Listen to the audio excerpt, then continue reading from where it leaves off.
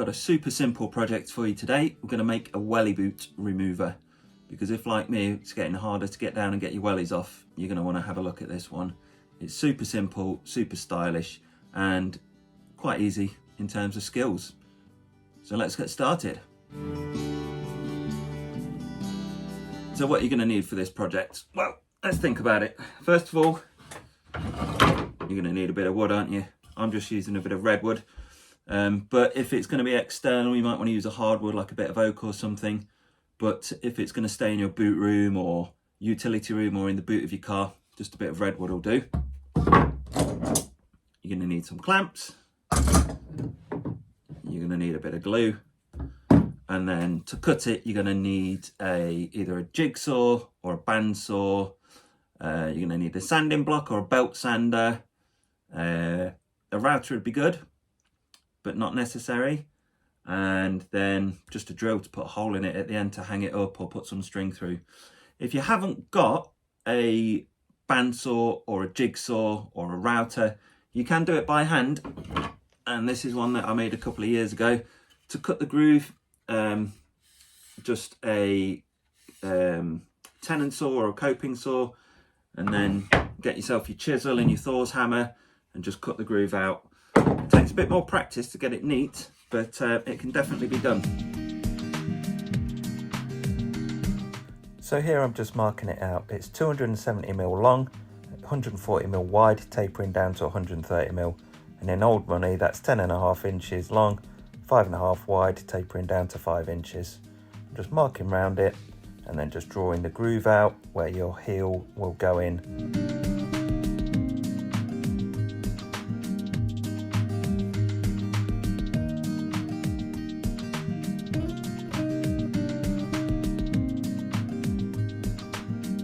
So one of the first things I want to do is cut a groove, because if you remember on this one, it kind of has this little step on it, so that when you're down, you've obviously got room for your welly boot heel to go into this bit, so it can't be flat on the floor. So we need a groove cutting in here, and then we're going to use a bit of the same timber to just slot into the groove. Now, because I've put tapered edges on this, I just thought it might be easier to cut the groove out whilst we've still got the board square, and then we can cut the taper in after. I'm going to use a router to do this, but like I said, you can use a chisel and a hammer and cut the groove yourself. But just to save time, and because I want to make a few of these, you've seen me do this before, I'm just going to create myself a little jig. I'm going to use a bit of the timber that goes into it to create a spacing. And then all I do is get a bit of wood, the same thickness either side, and then we just create some runners here, and then when you move your wood out, you fix those down, move your wood out, and then you've got a track for your router to run down.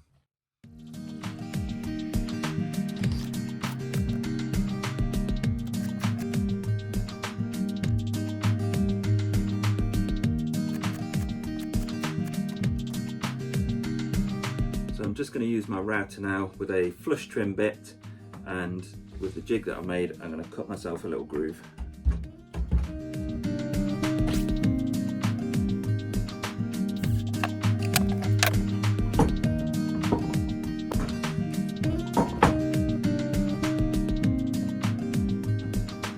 There we go, groove cut. On to the next step.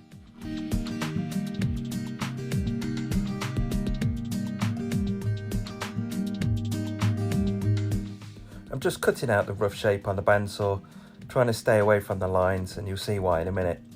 Got a bit of a problem with my bandsaw. It always just drifts to the left, no matter how many times I've tried setting it up. I just can't get it right. So if anybody knows a special method on how to do that, please drop me a comment below, because it's a real frustration. Okay, there's the piece cut out, and you may be asking yourself, well, those edges look a bit rough, that looks ridiculous. Well, my plan is to use my MDF template that I've made, because if you remember I said I wanted to make a few of these. I'm going to fix these together, and then I'm going to use the flush trim router bit again, just to go around the edge, and get it all nice and crisp and straight and true. And then because I've got this, I can do that however many times I want. So let me get that set up and then let's get it cut.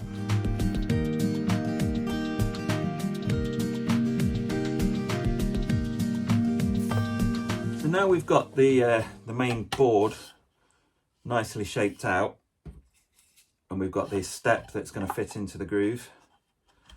What we want to do next is we want to protect these edges, because these are going to get chipped or damaged over time if you leave them like this. So before we start sanding it down, I'm just going to use my router table to round over the edges.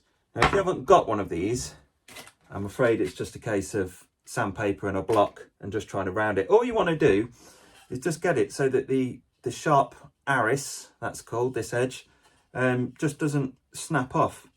So we'll use the router table. Remember, one edge of this you want to keep square because that's going to go into the groove. But the rest of it, I think for safety, just round over every edge, to be honest, and then you protect it all round, aren't you? So let's do that then.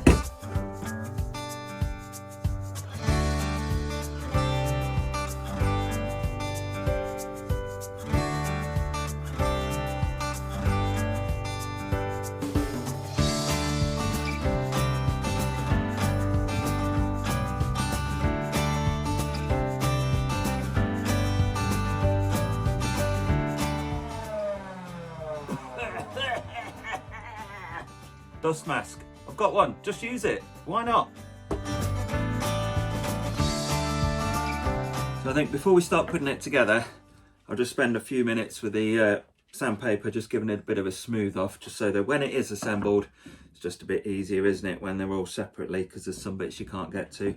So whilst I stand here sanding this, if you've got a second, give me a like and a subscribe, that'd be much appreciated.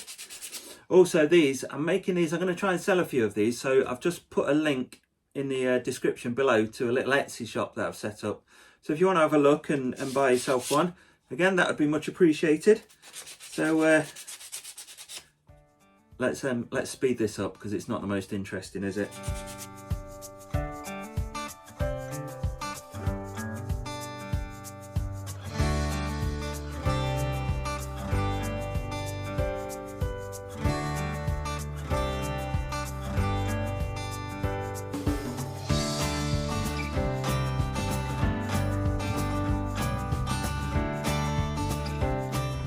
Very smooth. Okay, now next job, assembly. So to fix it, I'm going to use a combination of gluing and screwing. So we're going to glue it in, and then I want to sink a screw down through it like that.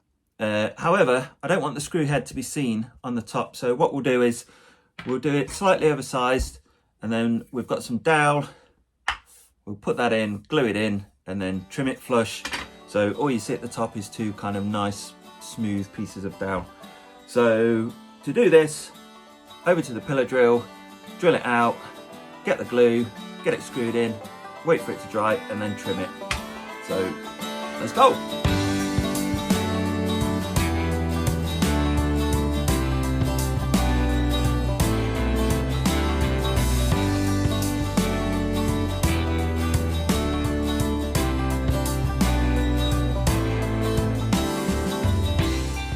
Holes drilled out, it's time for assembly. So we're going to glue it and screw it. Get a nice bit of Gorilla Glue on there,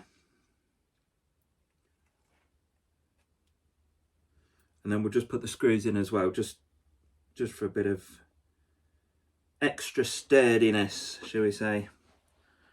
All right.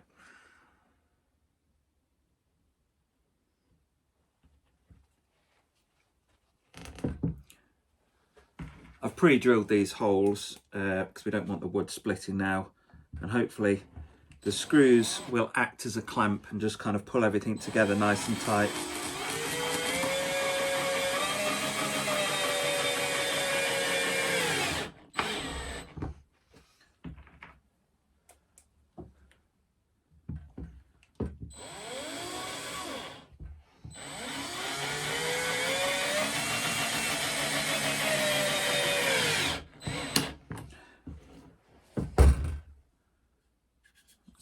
good. And then from the dowel, I've just cut myself these little pellets. You can see them. And we're just going to put those in as well whilst everything's all nice and being glued up.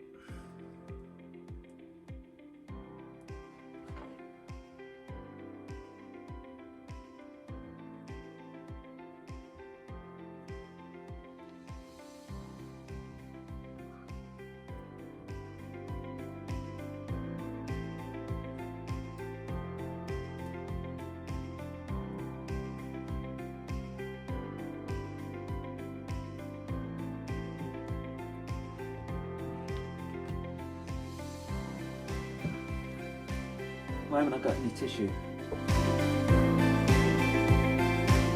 Now it's time for finishing. You could varnish it, you could paint it. Like I said earlier, it could be kept outdoors or it could be kept in your boot room, but you want something quite hard wearing really, because obviously you're going to be using it with welly boots, so the chances are they're muddy and wet and horrible. So if you've watched any of my videos before, you'll know there's only really one choice for me: Danish oak. No, Danish oil. Right, Jacobean oak, that's where I'm going. Right, so let's get some finish on.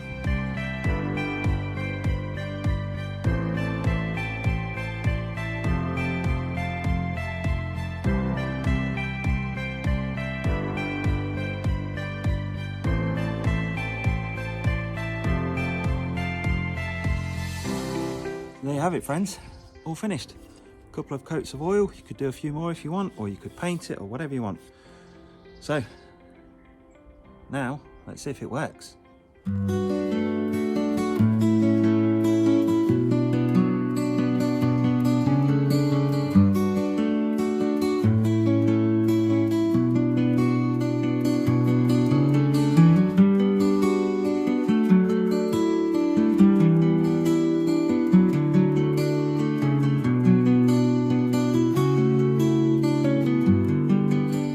For watching. If you've enjoyed this video, please give it a like, give it a thumbs up, give it a subscribe, tell all your friends, all of that kind of thing. Thank you very much, and I'll see you in the next one. Thank you.